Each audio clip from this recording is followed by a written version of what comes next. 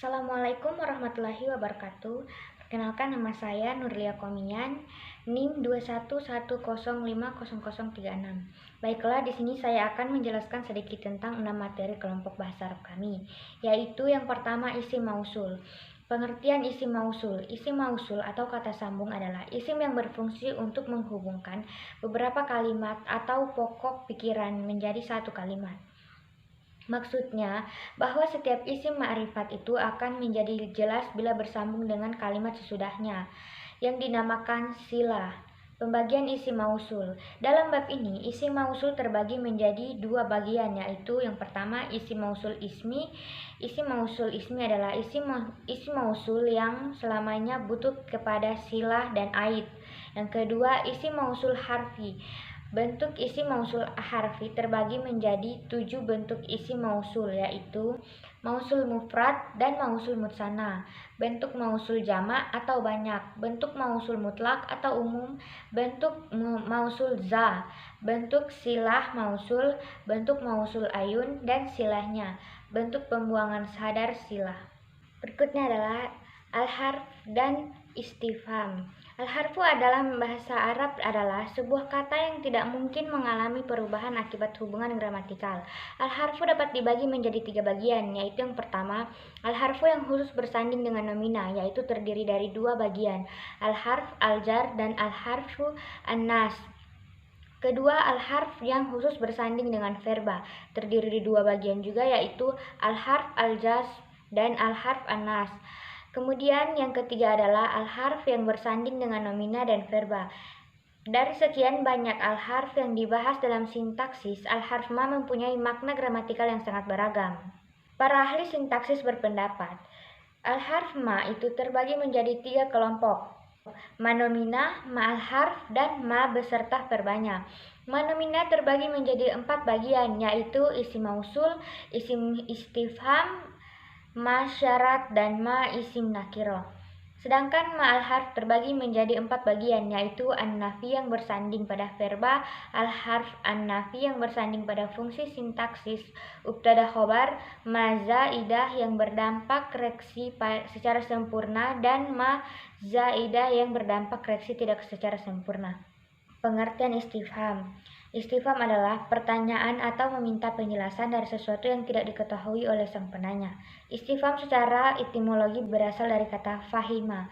Fahima artinya adalah dia telah tahu atau dia telah paham. Kata fahima ini lantas memperoleh tambahan huruf alif, sin, dan juga ta yang membuatnya berubah menjadi istifham. Menurut istilah, istifham adalah di dalam kitab Jami'ud Durus Al-Arabiyah disebutkan sebagai berikut. Isim istifham adalah isim mubhan atau masih belum jelas, yang dengan isim tersebut sesuatu dimintai informasinya. Macam-macam istifham, yaitu yang pertama, man dan manza. Penggunaan kata man dan manza digunakan untuk menanyakan seseorang atau individu yang berakal. Jika diterjemahkan ke dalam bahasa Indonesia artinya siapa. Contohnya, man fa'ala hadza, siapa yang melakukan ini. Yang kedua, ma dan maza. Ma dan maza digunakan untuk menanyakan sesuatu yang tidak berakal, meskipun beberapa kasus digunakan juga untuk manusia yang berakal. Sesuatu yang tidak berakal itu terdiri dari hewan, tumbuhan, benda mati, amal-amal perbuatan, dan lain sebagainya. Aina digunakan untuk menanyakan tempat sesuatu tinggal. Dalam bahasa Indonesia biasa diartikan dengan di mana. Dan kata ayana digunakan untuk menanyakan waktu. Kaifa merupakan kata tanya dalam bahasa Arab yang digunakan untuk menanyakan keadaan sesuatu. Dalam bahasa Indonesia biasa disebut dengan bagaimana. Yang ketiga, isim nakirah dan isim ma'rifah.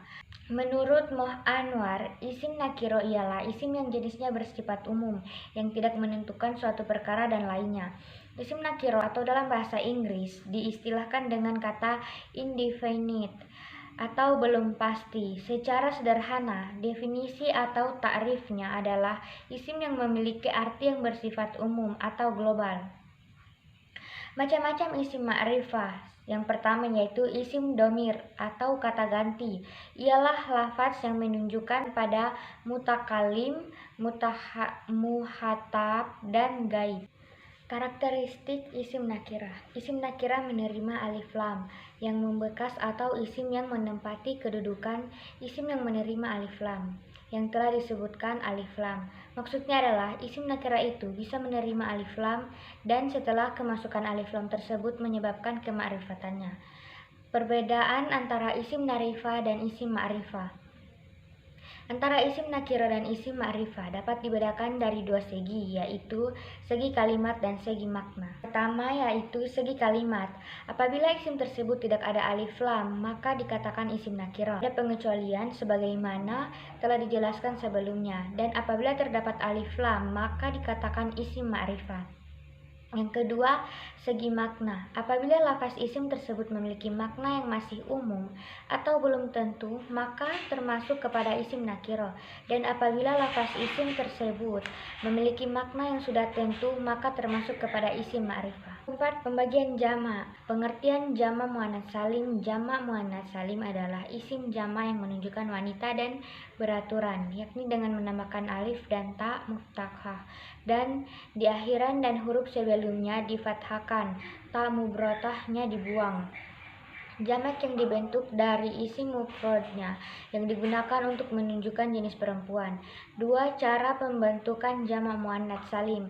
Tata cara pembentukan jamak muannats salim adalah dengan mengubah dari isim mufrad ya atau yang menunjukkan isim itu wanita atau muannats, dan biasanya banyak yang diakhiri dengan ta marbutoh, menjadi jamak dengan menambahkan ta, tetapi ta marbutohnya dihilangkan atau dibuang. Jamak taksir. Jamak taksir adalah kata benda plural atau jumlahnya lebih dari satu dalam bahasa Arab yang memiliki bentuk tidak beraturan. Meskipun tidak beraturan, perubahannya bukan berarti jamak taksir tidak memiliki pola. Jamak muannats salim adalah isim jamak yang menunjukkan wanita dan beraturan, yakni dengan menambahkan alif dan ta maftuhah dan di akhirnya dan huruf sebelum difathahkan atau tak marbutohnya dibuang. Huruf jar. Huruf jar adalah huruf-huruf tertentu yang membuat kata benda atau isim menjadi majrur. Contoh majrur untuk isim mufrad adalah tanda harakat kasrah. Kaidah huruf jar. Huruf jar itu setelahnya adalah isim.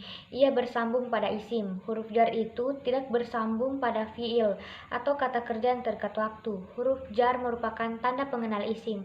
Berdasarkan pendapat yang dikemukakan di atas, maka pendidikan hiwar merupakan salah satu bagian pendidikan dalam Islam yang sangat diperlukan agar anak memiliki akhlak yang baik. Akhlak yang baik dari seorang anak akan melahirkan generasi yang baik pula, yaitu generasi muda atau remaja yang taat kepada Allah, berbakti kepada orang tua, dan memperhatikan hak-hak bagi saudara muslim yang lain. Metode hiwar juga merupakan metode yang cukup banyak digunakan Al-Quran, sebab metode ini memiliki banyak kelebihan dibanding dengan metode lainnya. Al-Quran merupakan satu-satunya kitab rujukan Rasulullah SAW dan para sahabatnya dalam mengembangkan uslub-uslub hiwar yang bermacam-macam dalam rangka menyebarkan risalah dan dakwah Islam. Mudhaf ilaih. Mudhaf ilaih atau juga sering dikenal dengan mudhaf merupakan rangkaian dua buah isim atau lebih, di mana satu kata di depannya dalam keadaan nakirah tapi tanpa tanwin dinamakan mudhaf, sedangkan kata yang paling belakang adalah ma'rifah dinamakan mudhaf ilaih. Macam-macam mudhaf ilaih. Yang pertama itu mu'raf. Mudhaf ilaih yang berbentuk isim mu'raf harus selalu majrur. Yang kedua mabni. Mudhaf ilaih yang berbentuk isim mabni tidak mengalami perubahan harokat akhir sesuai bentuk aslinya.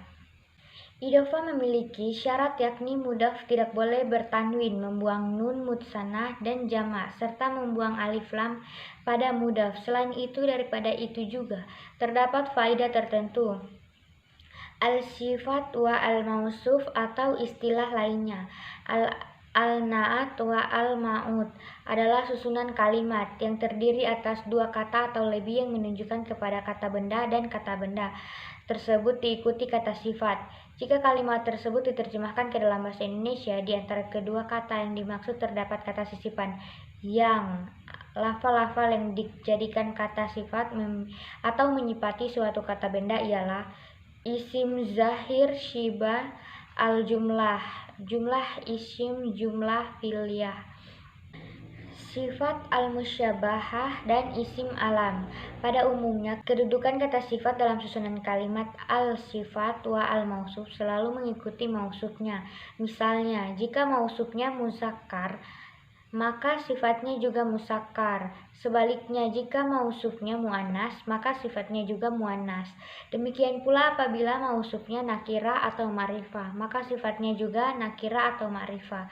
Ketentuan ini berlaku pula dalam susunan kalimat dalam bentuk tunggal atau mufrad, musanna atau jamak. Terjadi pengecualian dalam susunan kalimat yang mausufnya jamak tidak berakal, maka dalam hal ini sifatnya harus mufrad muannas.